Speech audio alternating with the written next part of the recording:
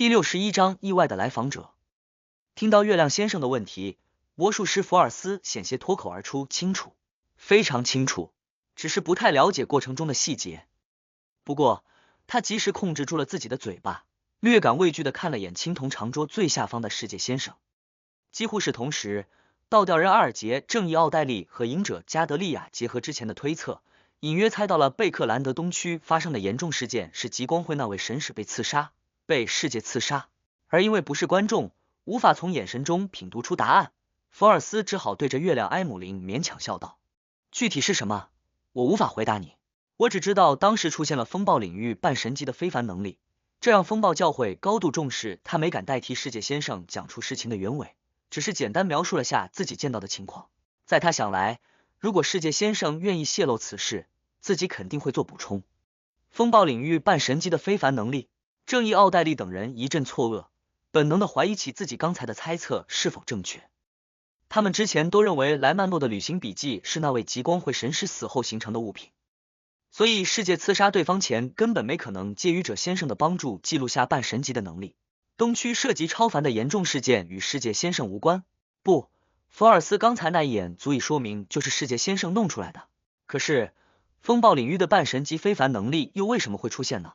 一个可能是莱曼诺的旅行笔记并非这次刺杀的收获，原本就属于福尔斯。另一个可能是风暴教会的枢机主教或持有相应封印物的非凡者做出了攻击。如果是前者，能让世界先生动用半神级的非凡能力，说明那位神使相当强大，而且背后存在着一位圣者。若是后者，世界先生能在这样的攻击下安然离开，足以说明他的恐怖。当然不排除他故意引导风暴教会的人与极光会的神使相遇，趁半神级的战斗爆发，场面异常混乱，高效率的完成了刺杀。正义奥黛丽从自己观察到的种种细节出发，大致有了几个猜测，而每一个猜测都说明着同一件事情：世界有实力，有智商，有支持，有行动力，是半神以下最顶尖的序列5之一。真是恐怖啊，不愧是愚者先生的眷者。等到了有教堂的地方，我应该就能弄清楚这件事情的细节。倒吊人阿尔杰也有了初步的判断，内心一阵唏嘘，只能安慰自己，有了这样的帮手，对那座原始岛屿的探索将容易不少。至于隐者加德利亚和正义奥黛丽的想法差不多，并打算向神秘女王询问一下情况。这位黎明号的主人之前在信中透露过自己最近正停留于贝克兰德，风暴领域半神级的非凡能力。月亮埃姆林略感头疼的重复着魔术师小姐的话语。虽然他喜欢待在家里，不爱外出，但身在大都市，时不时又得去医院弄点血喝，一些常识还是具备的。再加上长辈们的提醒和教导，对代法者、职业者、机械之星等官方组织其实有着足够深刻的了解，明白这样一起严重事件会对周围区域带来怎样的影响。如果没有良好的伪装，就这样潜入东区，说不定还未靠近目标，就被代法者们给按倒抓住了。虽然我有母神教会的身份，不至于被关到地底，或成为封印物研究人员，但这也意味着行动失败，或许还会被拿走莱曼诺的旅行笔记。这个阶段走下水道更为危险，那里不知道潜伏了多少官方非凡者。埃姆林忽然发现看似轻松的任务一下变得很困难，他很快有了决定，那就是在傍晚后深夜前行动。这个时间段里，东区的底层民众会陆陆续续从工作地方返回，天色虽黑，街上却很热闹，就算代法者人数再多10倍，也没办法在这种情况下进行严格的监控，分辨出每一个可疑者。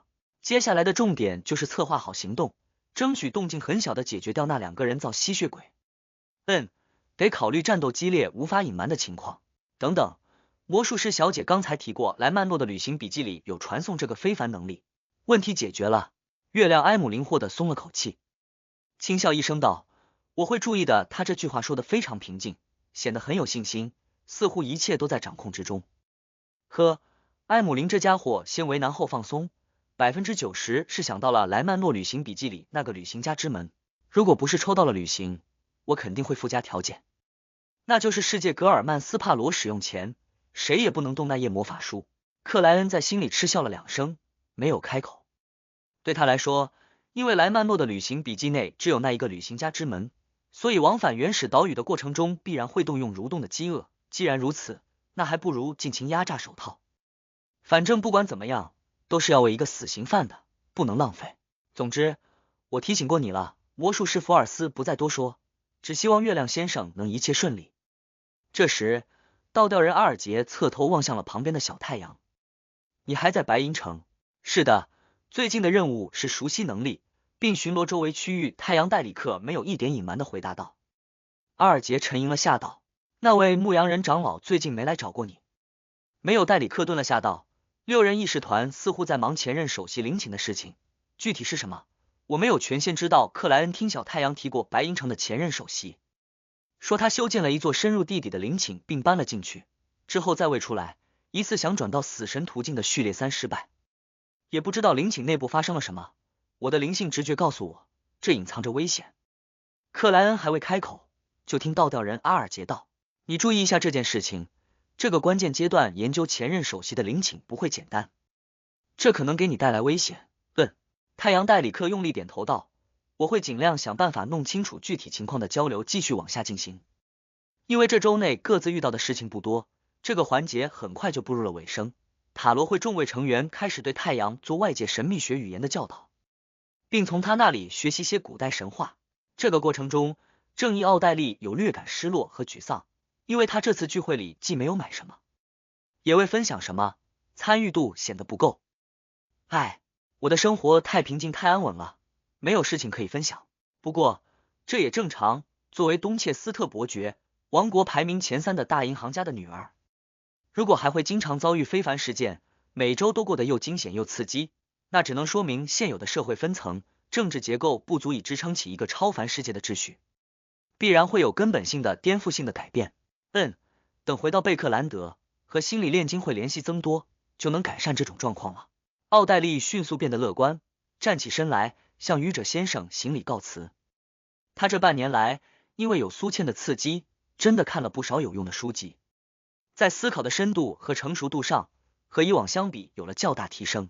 贝克兰德北区伯克伦德街160号，结束了塔罗会的克莱恩走至卧室附带的阳台上，眺望起周围绿化很好的环境。有了魔术师小姐出租莱曼诺旅行笔记的尝试，以后塔罗会上经常交易的事物肯定会多出一种。呵呵，他们或许还没这方面的意识，没想过自己的非凡能力也能够售卖。等租赁行为多了，总会有人在交易环节提出谁能帮忙记录某某方面的能力。到时候，拥有不少神奇物品的我，可以稳定的提供多个领域的非凡能力，这不会卖得太贵，但胜在持久，经常都有人需要。不知道谁会第一个鼓起勇气向愚者请求帮忙，希望能记录下半神级的能力。这需要等价交换，必须付出足够的代价。如果没有谁敢于走出这一步，害怕亵渎神灵，我可以让世界做个示范。毕竟愚者先生从开始就表现得很亲和很随意，只要不犯错，类似的交易都可能答应。有了前面惩戒隐者女士的势力，相信不会有人因此轻视愚者，他们只会又荣幸又欣喜又惶恐。克莱恩思绪纷呈地想着塔罗会的事情，对之后的非凡能力交易充满期待。就在这时，他听见了咚咚咚的敲门声。请进。鬓角斑白的道恩唐泰斯转身开口道。把手转动，房门打开，戴着白手套的管家瓦尔特走了进来，恭敬说道：先生，大气污染调查委员会的玛丽太太前来拜访您。您要见她吗？玛丽孝特，考伊姆公司那位大股东，曾经请我调查过他前夫偷情事件的夫人。他来找我做什么？不会是看上道恩唐泰斯了吧？克莱恩略感疑惑的含笑点头道：差不多到下午茶时间了，让我们提前一点吧。好的，我会请玛丽太太到2楼起居室。瓦尔特毫无难度地理解了雇主的意思。克莱恩轻轻颔首，没再多说，于贴身男仆理查德森的帮助下，穿好外套，下至2楼。很快，他在起居室内见到了颧骨较高的玛丽太太。这位夫人穿着深蓝色的衣裙，饰品典雅，浮华内敛，与去年相比，显得更有品味，更有气质。下午好，于是我一直都想着什么时候能去拜访你，听你讲一讲做贝克兰德大气污染调查时发生的事情。克莱恩主动但客气的开口道。玛丽含笑回应道：可惜我还没有等到。寒暄了几句最近的天气后，坐在单人沙发上的克莱恩端起古瓷茶杯道：于是你似乎有为难的事情。他有看出玛丽在犹豫在斟酌。玛丽半笑半叹了一声道：“你的见识，你的智慧，我都有听说，相信你是一位有卓越眼光的绅士。是这样的，你有没有兴趣收购一些考伊姆公司的股份？为什么？女士，你遇到困难了吗？”克莱恩沉稳反问道。玛丽摇了摇头：“是别人要出售第62张短期投资。”别人要出售？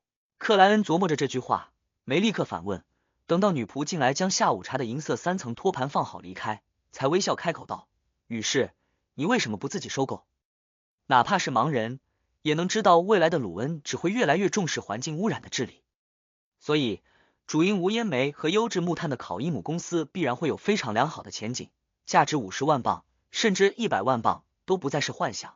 当然，前提是公司的管理能够跟得上相应的扩张。这种情况下，收购考伊姆的股份是绝对赚钱的生意。如果我是你，即使背负上沉重的债务，也会自己拿下。”玛丽用2根手指从最下层的银色托盘里捻了块小黄瓜三明治，轻咬了一口，缓慢咀嚼，咽入肚中。有了这样的缓冲，他终于组织好了语言。自从治理大气污染的法案通过，考伊姆公司得到飞速发展，股东们的面孔就开始更换。你知道的，那些追逐金钱的人在这方面总是有着敏锐的嗅觉，而他们背后往往藏着一些大人物。如果我不是大气污染调查委员会的成员，没有借此认识不少贵族和政府高级雇员，我想我也会承受压力，不得不在一个相对不错的价格将手里的股份卖出，得到还算可以的收益，然后退出这个舞台。可就算这样，大量的股份也在飞速集中，我快要失去最大股东的地位，不再有主导公司的能力。这是我父亲留给我的财产，我不想就这样让它成为别人的玩具。我希望它能一步步发展为贝克兰德，甚至整个鲁恩王国最大的无烟煤和优质木炭供应商。呵呵，我不是没尝试过其他办法，我质押股权，变卖房产庄园，将绝大部分流动资金投入进去，暗地里吸纳了15%的股份，并且请周围值得信赖的朋友们帮忙，总计拿下了10%的股份，加上我原本拥有的20%，能掌握的达到了45%。这次是一位小股东突然打算抛售手里的3%股份，而我和我的朋友们暂时没有足够的金钱拿下，这就是商场上的斗争啊！习惯于非凡者对抗的克莱恩还是初次遇上这种事情，感觉又新鲜又陌生。他同样伸手从3层银色托盘最下面拿了块加优质火腿肉的三明治，边吃边思考10几秒道：“你们后续吸纳的股份应该也能做质押吧？时间上来不及了，那边已经开价，随时能够交易。”玛丽吃掉手中剩余的食物道。克莱恩状似轻松的向后靠住沙发背道：“为什么找我？”听到对方这么提问，玛丽稍微松了口气。第一，你肯定带了不少现金到贝克兰德来，不需要再通过别的办法筹集。第二，你刚来贝克兰德，和那边和各个方面都没什么深入的牵扯，这是我能找的其他人所不具备的优势。坦白的讲，这也就意味着我不害怕你违背签订的协议，即使你主动靠拢那边，他们也得考虑是否值得为此对抗法律。第三，虽然之前只有1次碰面，但我认为你是一个有见识、有智慧也有绅士风度的人，这夸得我都有点不好意思了。不过，这也说明道恩·唐泰斯的扮演达到了效果，至少所有人都知道了这是一个有阅历、有能力的中年绅士，而且手里拿着大量的现金，不知该投资什么。原本的16943镑加魔术师小姐那里的6000镑，以及 X 先生提供的48镑，我总计有22991镑现金加5枚金币，哪怕扣掉欠信使小姐的5987镑，也算是真正的富翁了。许多资产10万镑的人，流动资金也达不到这个数目。克莱恩忍不住算了下自己的财产，含笑问道：“于是，你希望我做什么事情？”玛丽喝了口红茶，流畅的说道：“吸纳那3%股份，而在此之前，我会和你签订2份协议，一是3个月后强制买下你手里股份的协议，并以这段时间内股票价格的最高点为计算标准，相应的税款由我负担；二是一致行动人协议。另外，我会让你成为考伊姆公司董事会的成员，享受相应的福利，监督公司发展，并帮助你更好的进入上流社会。听起来稳赚不赔啊，相当于我提供一笔借款，玛丽夫人回报一定的利息和社交方面的资源，而比起债务协议，我手里至少拿着一个优质公司的股份，更有保障。毕竟我和他只能算是陌生人，当然前提是考伊姆公司本身没出问题。这也就是他让我成为董事的原因。克莱恩分析着玛丽夫人开出的条件，逐渐有点心动。在他看来，道恩·唐泰斯这个身份必然会存在投资行为，否则很容易被怀疑。那么，选择什么样的投资就是一个相当重要的问题，尤其还得考虑到道恩·唐泰斯随时可能因为行动成功或失败，不得不放弃现有的一切，离开贝克兰德。到时候，钱有机会带走，股份就别想了。这种可以快速回收资金的投资正符合我的需求，说不定还能赚不少。克莱恩思考了一阵，温和笑道：“帮一位女士解决困难是我应该做的事情。”玛丽夫人顿时放松了下来。她正要开口，就听见道恩·唐泰斯嗓音很有磁性的继续说道：“不过，我对任何的投资行为都相当谨慎。我会聘请一个律师和会计团队调查考伊姆公司的状况，尽快得出结论。如果没有问题，那就合作愉快。除了这个，我还会做下占卜。”克莱恩默默在心里补充了一句：“这是应该的。”玛丽夫人露出笑容道：“这方面的开支我会承担的。”克莱恩没有拒绝，点了下头道：“那3%股份目前价值多少？”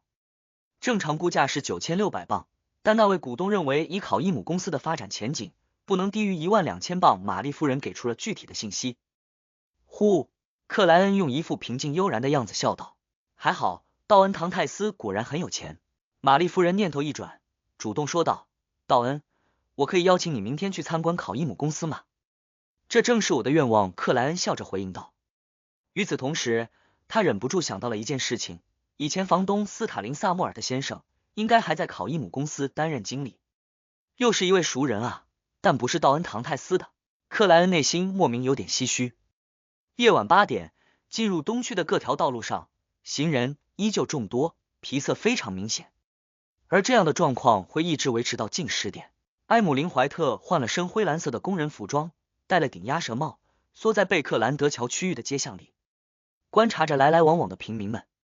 他虽然没有乔装打扮的经验，但至少有眼睛有脑子，只是旁观了一阵，就发现自己身上存在不少的问题。最重要的一点是，和衣物肮脏且多有破烂处的平民们相比，他下午刚从商店买回来的工人服装显得太新太干净，非常容易引来别人的注视。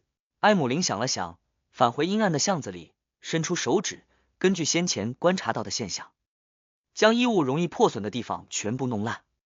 然后他环顾了一圈，脸部肌肉逐渐扭曲了起来，带着嫌弃抗拒的表情，埃姆林来到墙边，闭上眼睛，将那些肮脏的事物蹭到了衣服上、裤子上，煤灰的味道，腐烂淤泥的味道，尿的味道。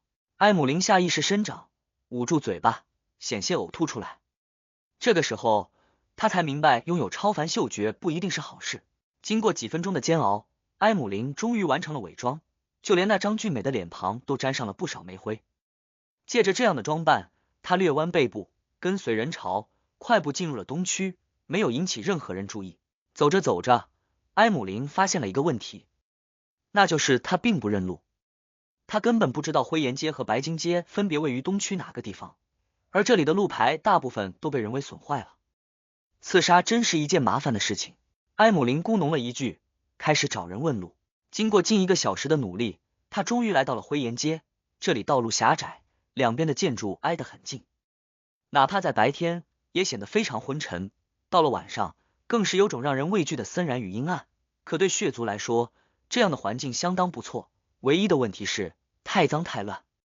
喷了消除气味的药剂后，埃姆林进入6号那栋公寓，上至3楼，捏着鼻子靠近了公共盥洗室，立到了原始月亮信徒阿尔戈斯的房间外。埃姆林侧耳听了一下，疑惑地松开了捏住鼻子的手指。这一刻，他险些被公共盥洗室里传出的恶臭味道熏得晕厥过去。好不容易才将注意力放至房间内，他的嗅觉告诉他，里面没有人，也没有尸体。搬走了，外出还未回来。埃姆林有些呆愣的无声自语，他没想到这次的狩猎会如此不顺利。强行收敛住思绪，埃姆林离开这栋公寓，快步赶去了白金街19号。这一次，他欣喜地发现房间内有人，加利斯·凯文在家。就在这时，埃姆林闻到了另一个人的味道，这与灰岩街阿尔戈斯房间内的味道非常接近。2个人，房间内有2个人。阿尔戈斯不在家是因为来找加利斯·凯文了。2个人。埃姆林的表情忽然又有些呆滞，只是1对1，他半点都不担心，可如果1对2，哪怕拿着莱曼诺的旅行笔记，他也有点畏惧，毕竟那是2个人造吸血鬼，实力都不差。第63章耐心。作为一个喜欢待在家里的血族，埃姆林这么多年以来参与过的战斗用1只手都能够数清，而且从没有试过以1敌多。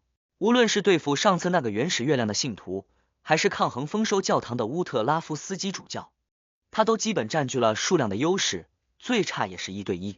想起自己一家3口都没能打赢半巨人主教的事情，埃姆林的脸色逐渐变绿，似乎又回忆起了当初在丰收教堂遭遇的折磨。因为来往房客不少，而加利斯凯文这个人造吸血鬼同样有着敏锐的感官，他没敢在门外停留太久，很快越过那里，一路走向过道的尽头，藏身于黑暗之中。接下来该怎么做？埃姆林被以挡住了绯红月光的杂物，思绪飞快运转，试图从自己少得可怜的经验里找出对策。渐渐的，倒吊人教导太阳的一些话语浮现在了他的脑海里。耐心是应对很多情况的重要前提，懂得克制自己的冲动和急躁，才能最大程度的避免风险。有的时候，隐忍很重要。隐忍。埃姆林微不可见地点了下头，明白自己该怎么做了。他打算潜藏在这里，等待阿尔戈斯离开。这里不是这个人造吸血鬼的住所，他必然会离开，到时候埃姆林又能1对1解决问题了。耐心、隐忍、等待。埃姆林在心里重复起类似的单词，以此对抗周围环境对他造成的伤害。公寓1楼的空气里弥漫着尿的骚味、潮湿水腐味、大便没冲洗干净的味道、劣质煤炭燃烧产生的刺鼻味道、许多天没有清洗的汗臭味，某些房客自带的浓烈气味，以及各种酸涩的、难闻的、恶心的味道，它们混杂在一起，就像毒药一样侵蚀着埃姆林的感官。生平第一次，埃姆林想割掉自己的鼻子，有种正在深渊、正在地狱承受折磨的感觉。耐心、隐忍、等待。他机械地背诵着守则，觉得每一秒都是那样的漫长。终于，他看见加利斯凯文的房门被打开，一道肤色深棕、体型瘦削的身影走了出来，侧脸颧骨突出，鼻梁很高，尖端微勾，正是原始月亮的信徒阿尔戈斯。此时此刻，他的脸上有好几块地方肿胀溃烂，看起来有点恶心。果然，和伊恩那个小老头说的一样，这个家伙穿的衣物又完整又干净，根本不像东区的居民。埃姆林精神一振，边咕哝边目送阿尔戈斯走出这栋公寓。耐心等了近5分钟，他站了起来，决定展开行动。因为目标加利斯凯文是人造吸血鬼，所以埃姆林相当了解对方擅长什么，拥有怎样的特点，也就能有针对性的进行准备。加利斯凯文的嗅觉不会比我刚成年时差多少，这一点其实不是那么确定。他既然能在这种环境下居住，也许他已经失去了他的鼻子，失去了他的脑子，而且他的灵性不会弱，有对危险的本能直觉，视力和听觉同样还不算差。埃姆林一边鄙视对方，一边服食魔药，喷洒液体，将身体的味道再次掩盖，深深掩盖。紧接着，他像上次一样，通过内服和外喷的魔药，隐去了自己的身体和外套，如被橡皮擦掉般消失在了原地。无人的黑暗角落里，一本巴掌大小的铜绿色笔记突然从虚空里冒出，似乎刚穿过了什么透明的屏障。它几乎没发出声音的自行翻动，最终定格于一页由诸多星象学符号构成的白纸。这些符号随之消失，周围隐约明亮了少许。这是属于占星人的干扰能力。然后，铜绿色的莱曼诺旅行笔记往后缩回，一寸一寸的消失，被无形的屏障再次遮掩。做好准备的埃姆林又回想了下行动方案，放轻脚步，毫无声息地来到了加利斯凯文的房间外面，却没有靠近正门。那铜绿色的笔记又一次凭空浮现，翻到了开门那一页。虚幻之声当即回荡于埃姆林的脑海内，推动着他伸出一只手，按向墙壁。与此同时，埃姆林谨慎地将莱曼诺的旅行笔记收回了衣物内侧，借助隐形的外套将它遮掩。当埃姆林的手掌终于按住墙壁时，他眼前豁然出现了一道幽蓝色的、没有实质感的模糊大门，它镶嵌于墙上，却又呈现出下方砖石的痕迹。侧耳听了听屋内的动静，嗅了下空气里的味道，埃姆林向前迈步，就像通过水幕一样通过了那扇幽蓝色大门。他的眼前场景瞬间变化，出现了布满污迹的墙面，摆放于另外3侧的木质睡床、破旧橱柜和各种杂物。这是加丽斯·凯文的房间内部，而埃姆林身后的幽蓝大门早已消失不见，仿佛根本就没有存在过。谨慎小心地环视了一圈，埃姆林捕捉到了目标加丽斯·凯文的身影。这位原始月亮的信徒是个长相不错的混血儿，头发偏长，垂落于肩膀，眼睛褐中带着点暗红，似乎并没有完全的获得血族的眸色。此时他正坐在床边，盯着门口，不知在想些什么。埃姆林没有产生任何动静的绕到侧面，在视觉盲点里拿出莱曼诺的旅行笔记，翻到了让他手指微微发麻的一页。那页呈黄褐色，似乎属于羊皮纸，上面绘满了各种古老而扭曲的符号与花纹，它们共同构筑出的图案就像是一株单薄的树木在伸张枝条。调整好角度，埃姆林用手指划过了纸面，豁然之间，银白的电光将房间内部照得如同白昼。滋的声音传出前，这闪电已直接劈在了加丽斯·凯文的头顶，劈的这位原始月亮的信徒体表瞬间焦黑，身体剧烈颤抖，眼睛短暂失去了焦距。银白的电蛇还在混乱窜动时，埃姆林·怀特的身影陡地浮现于僵硬的目标身后，探出右掌捏住了对方的脖子，咔嚓，他冷静地扭断了加丽斯·凯文的颈椎，然后用力拔下脑袋，丢出身体，不给对方利用超强自愈能力恢复的机会。啪！加丽斯·凯文的无头尸体掉落于地，鲜血洒得到处都是。一个人造吸血鬼就这样失去了生命。埃姆林冷静的表情迅速被错愕的情绪代替，不敢相信的低头看了眼手中的脑袋，发现加丽斯·凯文直到死亡都还不明白发生了什么事情，眸子内凝固着痛苦与迷茫两重色彩。这么简单，这么轻松。埃姆林虽然很骄傲，但也不认为自己能如此容易的干掉一个人造吸血鬼。可事实告诉他，就是这么简单，这么轻松。能造成麻痹的雷击，配合我本身的高速运动能力，竟然能达到瞬杀目标的效果。呵，前提是对方非常害怕闪电，容易因此被麻痹。还有，事前对灵性直觉的干扰和避开正面穿墙进来的行为，都是成功的关键。呆滞了几秒后，埃姆林终于回顾起刚才的细节，总结出了不少经验。这让他真正认识到非凡能力搭配的强大和莱曼诺旅行笔记的价值。难怪倒吊人先生第一个想租赁。埃姆林收回思绪，看着加丽斯·凯文汩汩流出的鲜血，喉结忍不住活动了一下。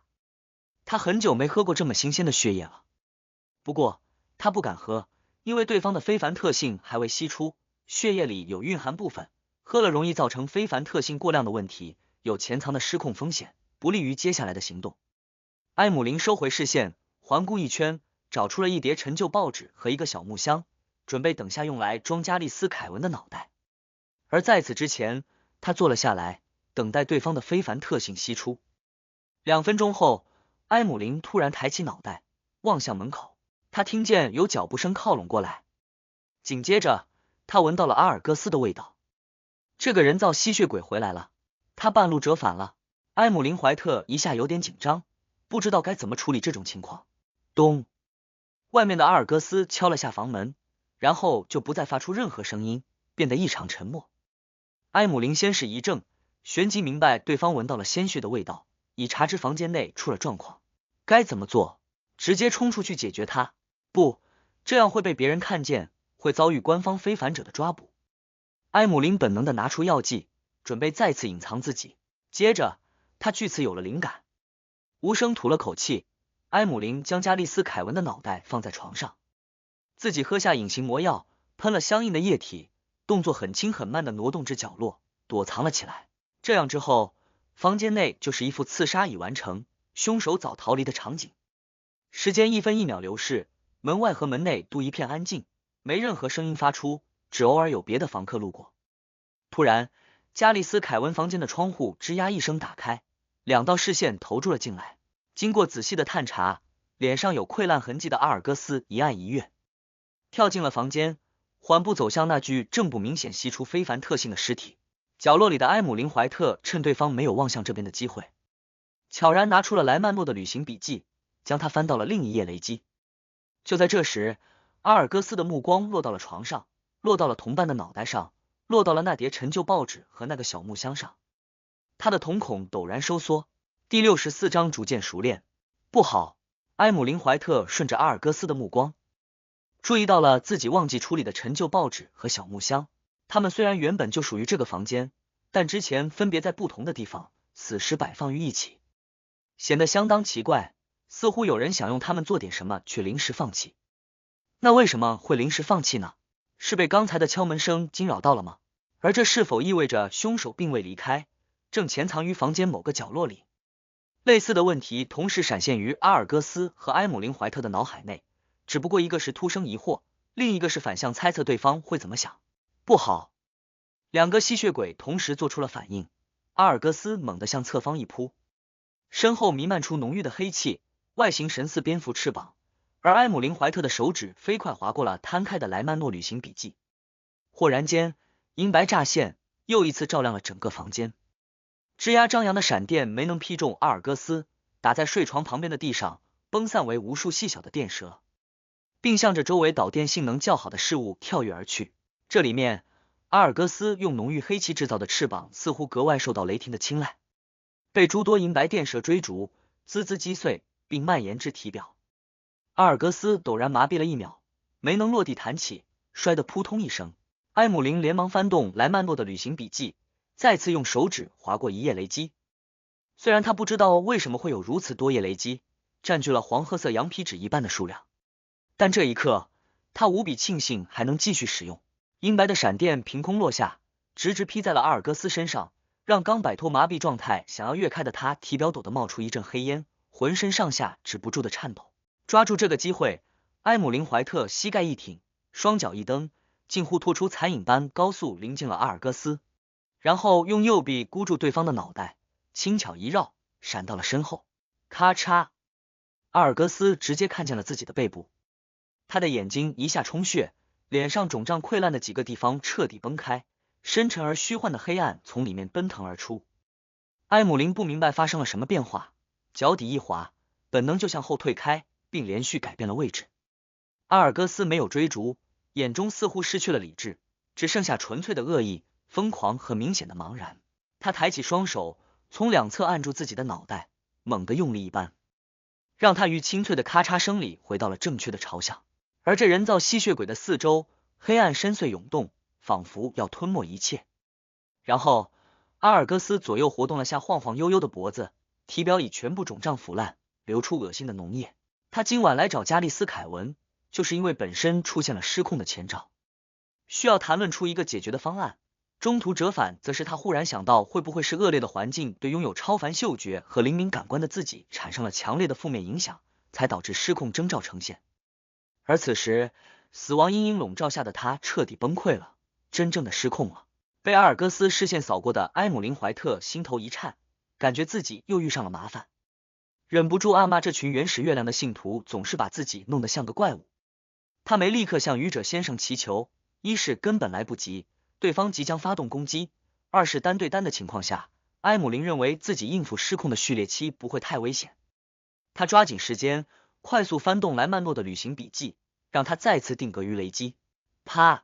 粗大、扭曲、张扬着爪牙的银白闪电重重劈下，打在了一边的阿尔戈斯身上。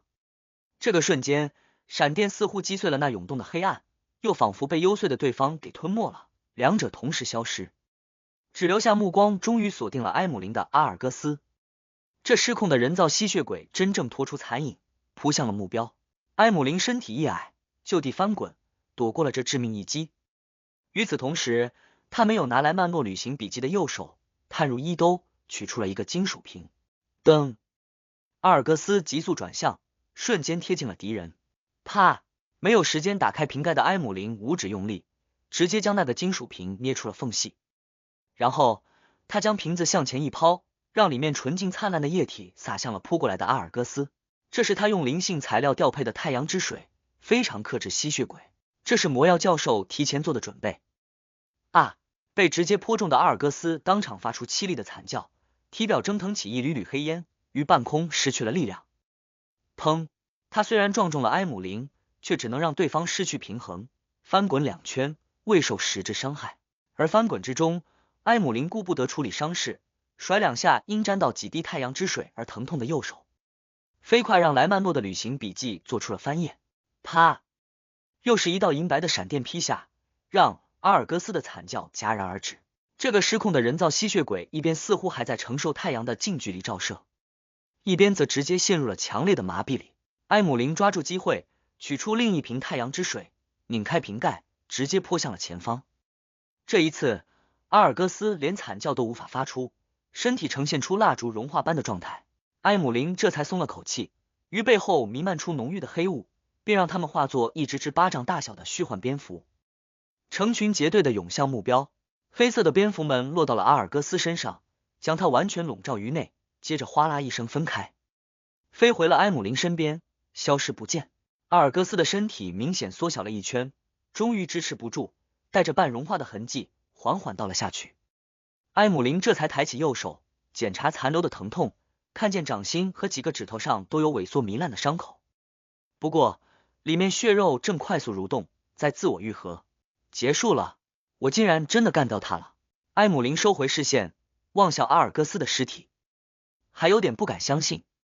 虽然这次的狩猎有不少波折，但整个过程里他其实并没有遭遇真正的危险，这让他再次认识到塔罗会的存在让自己变得比预想的强大了不少。如果阿尔戈斯先检查加利斯凯文的尸体，而不是观察睡床那里的报纸和木箱，那他肯定能判断出我拥有雷击这种非凡能力，也就不会在躲避时使用黑暗之翼，遭遇闪电的波及。不过这样一来，他没法发现异常，难以提前规避，我的雷击能直接命中他，事情将简单很多。从这个角度来看，不管怎么样，只要我应对没有错误，都肯定能击杀他。他们真是弱啊，原来我已经这么强大了，难怪始祖让我加入塔罗会，这是一个为迎接末日拯救各自族群而准备的聚会，比其他隐秘组织不知高档了多少倍。埃姆林微扬下巴，嘴角难以遏制的翘起了一点。他随即听见门外脚步声来回，却无人靠近。阿尔戈斯刚才的惨叫惊动了周围的住客，但他们不敢进来，害怕遇到麻烦。不过肯定已经有人去找警察了，我得快点处理现场并离开这里。埃姆林收回望向门口的目光，走至加利斯凯文的尸体旁边，从渲染开来的血泊里拾起了一块拳头大小的物品。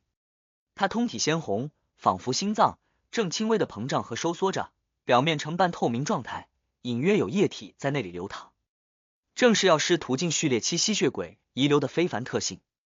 这就是我的战利品。埃姆林一时还有点不适应，定了定神，才将非凡特性和加利斯凯文的脑袋用陈旧报纸包住，塞入了那个木箱内。放好木箱，他又扯下了阿尔戈斯溃烂到几乎看不出原本样子的脑袋，接着取出另一瓶药剂，将它撒向房间的每一个角落。这个过程里，埃姆林一点也不慌乱，似乎根本不担心东区的官方非凡者赶到。几分钟后，他拾起阿尔戈斯那有点异变的非凡特性，瞄了眼更接近黑色的表层和若隐若现的人脸图案，于背后浮现出弥漫的黑气，那黑气再次化作数不清的细小蝙蝠，飞舞于房间内部，与之前喷洒的魔药液体结合在一起，制造出了安静蔓延的黑色火焰。这黑焰烧掉了血液，烧掉了尸体，烧掉了雷击残留的痕迹，只留下一层粘稠如同沥青的液体覆盖于不同物品上，然后这些液体变为沉重的黑色蝙蝠，盘旋缭绕于埃姆林身周。埃姆林并没有奢望自己的处理能完全干扰别人的追查，他的目的只有一个，那就是让现场的情况显得没太大问题，让警方让可能接手的官方非凡者认为事情不太重要，没什么价值，随便调查一下就丢入卷宗柜里，不再关注。做完这一切，戴着鸭舌帽，满脸炭灰的埃姆林提起木箱，环顾了一圈，接着他向外面的绯红之月微微鞠躬，行了一礼。与此同时，他手中的莱曼诺旅行笔记哗啦啦翻动，定格于传送之页。埃姆林的身影连同那些沉重的蝙蝠随即透明和无形，消失在了原地。又过了至少1刻钟，几位东区的警察才赶到公寓，撞门而入，没发现住客，也没找到尸体。他们懒洋洋的打了个哈欠，逼迫围观的住客承认自己产生了幻听，据此结束了调查。这就是东区警察的做事效率和办案风格。离开东区后，埃姆林先行回家，藏好了莱曼诺的旅行笔记，然后才带着收获直奔位于西区的奥德拉家。他要去宣告胜利，领取奖励了。第65章奖励。奥德拉一家的别墅内，埃姆林见到了同为男爵的卡西米。这位正值壮年的血族是尼拜斯奥德拉的代言者，我也是男爵，而且刚成年没多久。埃姆林肚中嘀咕了一句，从起居室沙发上站起，向对方行了一礼。晚上好，男爵阁下。卡西米正要说话，鼻翼忽然动了一下，目光随之转向了埃姆林放在脚边的木箱。鲜血的味道。他疑惑出声的同时，似乎联想到了什么，沉吟1秒后补充道：“你又猎杀了一个目标。”埃姆林唇线勾笑，摇了下头，不，然后他抢在卡西米开口询问前，笑容变深道：“不是一个，是两个。”中年绅士模样的卡西米愣了一下，看着埃姆林弯腰提起木箱，打开了盖子。这个过程中，埃姆林脸庞肌肉隐约有点抽动和扭曲，因为这一连串的动作里，他碰到了右手的伤口。忍着没让表情变化，埃姆林手臂微垂，使木箱向前下倾斜，将里面的事物完全暴露于对面血族男爵的视线内。2颗沾着血污有所焦黑的脑袋并排塞在陈旧的报纸堆里，旁边点缀着2团心脏般的半透明物品，一鲜红蓬勃，一暗红近黑。这带着强烈视觉冲击力的画面映入了卡西米的眼睛，让他诧异的抬起脑袋，愕然望向埃姆林，脱口而出道：“你做的。”虽然他暂时只辨认出其中一个脑袋属于加利斯凯文，但2份吸血鬼的非凡特性不会有假。埃姆林放下木箱，右手自然垂落，于裤线边缘幅度很小的甩了一下，然后脸含笑意的回应道：“当然是这样的，上次拿到那7000磅奖励后，我于某个非凡者聚会里买下了某位男爵的遗产，依靠他获得了位阶的晋升。我并不希望用金钱满足狩猎我们血族的凶手，但我不想看见这份遗产落到别人手里，而且贩卖者未必就是猎杀者。”趁这个机会，埃姆林将自己已成为男爵的事情讲了出来，并且说的每一句都是真话。这是他在塔罗会上学到的技巧。我早就知道你是男爵了，你以为你频繁购买各种有灵性的材料，借阅研读魔药方面的书籍，能够瞒得过我们的眼睛？如果不是基于某些因素，早就将你找过来询问了。我惊讶的是，以你的战斗水准，以你连一件神奇物品都没有，只想购买人偶的状态，哪怕已经是男爵，也不可能轻松狩猎2个人造吸血鬼且没造成大的动静。即使是我，也得预先做好充分的准备，掌握住详细的情报，才有可能办到。在大家都没有察觉时，埃姆林竟然厉害到这种程度了。卡西米奥德拉忍不住腹诽了几句，露出假笑道：“原来是这样。埃姆林，你之前为什么隐瞒呢？难道你不想被别的血族尊称一句男爵阁下？”埃姆林瞄了眼对面血族的表情，下巴微扬道：“我正打算告诉大家，结果遇上了这个狩猎竞赛，所以想着给你们一个惊喜。卡西米，我已经成功狩猎了3个原始月亮的信徒，而你给的目标只有5个，这是否意味着我胜利了？”他迫不及待地将称呼从男爵阁下改为了卡西米。卡西米眼皮跳了一下，呵呵笑道：“对，是这样。剩下的2个目标，你不用再操心，交给鲁斯巴托里他们去做。这样一来，他们还能争取到一些安慰性的奖励。”说到这里，卡西米才感觉自己显得太冷淡，忙关心了一句：“没受伤吧？”“一点小伤。”埃姆林抬起右臂，舒张了下手指。坦白的讲，今晚的狩猎行动中，他受的最严重的伤，其实是传送出东区后，自己抓开皮肤和血管，用血液涂抹莱曼诺旅行笔记封皮造成的。卡西米没法就这个话题发挥，沉默了几秒道：“祝贺你获得了这次狩猎竞赛的胜利，你将有2项奖品。一是将来族内如果有成为子爵的机会，你能直接进入最后的名单，并得到免费的仪式帮助。2是获得一件神奇物品，它是古老年代里由始祖亲自制作的一枚戒指，虽然不含神性，但却有着很强大很神奇的能力。因为始祖没有为它命名，所以我们都称呼它莉莉丝的指环。还有，按照惯例，这2份非凡特性将归属于整个血族，这样一来，也许又能多2个新生儿，而你将得到3000磅的现金作为交换始祖亲自制作的一枚戒指。”埃姆林虽然有点遗憾奖励不是子爵的非凡特性，只是候选机会和免费仪式，但血族始祖莉莉丝亲自制作的戒指足以弥补一切。对一位有着强烈种族自豪感的血族来说，这就是荣誉的最高象征。欣喜稍有平复，历经多次塔罗聚会并完成了2次狩猎的埃姆林隐约觉得事情不是那么简单。我本身就是始祖派去愚者先生那里的，现在又获得了一枚始祖的指环，会不会太巧了？埃姆林想了一阵，难以得到答案，只能决定等下向愚者先生做个祷告，讲述整件事情，看这位存在会给什么意见。见埃姆林在喜悦沉淀后10几秒没有说话，卡西米清了清喉咙道：那枚指环和现金明晚给你，到时候我会召集鲁斯巴托里他们，公开宣布你赢得了狩猎竞赛，然后再把指环给你，没有问题。埃姆林虽然在类似方面没什么经验，但也知道奖品不可能私下给予，必然要当着所有参赛者的面。他未再停留，告辞离开了奥德拉家的别墅，坐上了一辆出租马车。马车缓缓行驶间，埃姆林望了眼半空安静悬挂的绯红之月，心情逐渐凝和，不由自主地回想起今天的种种细节，从中总结出了不少经验和教训。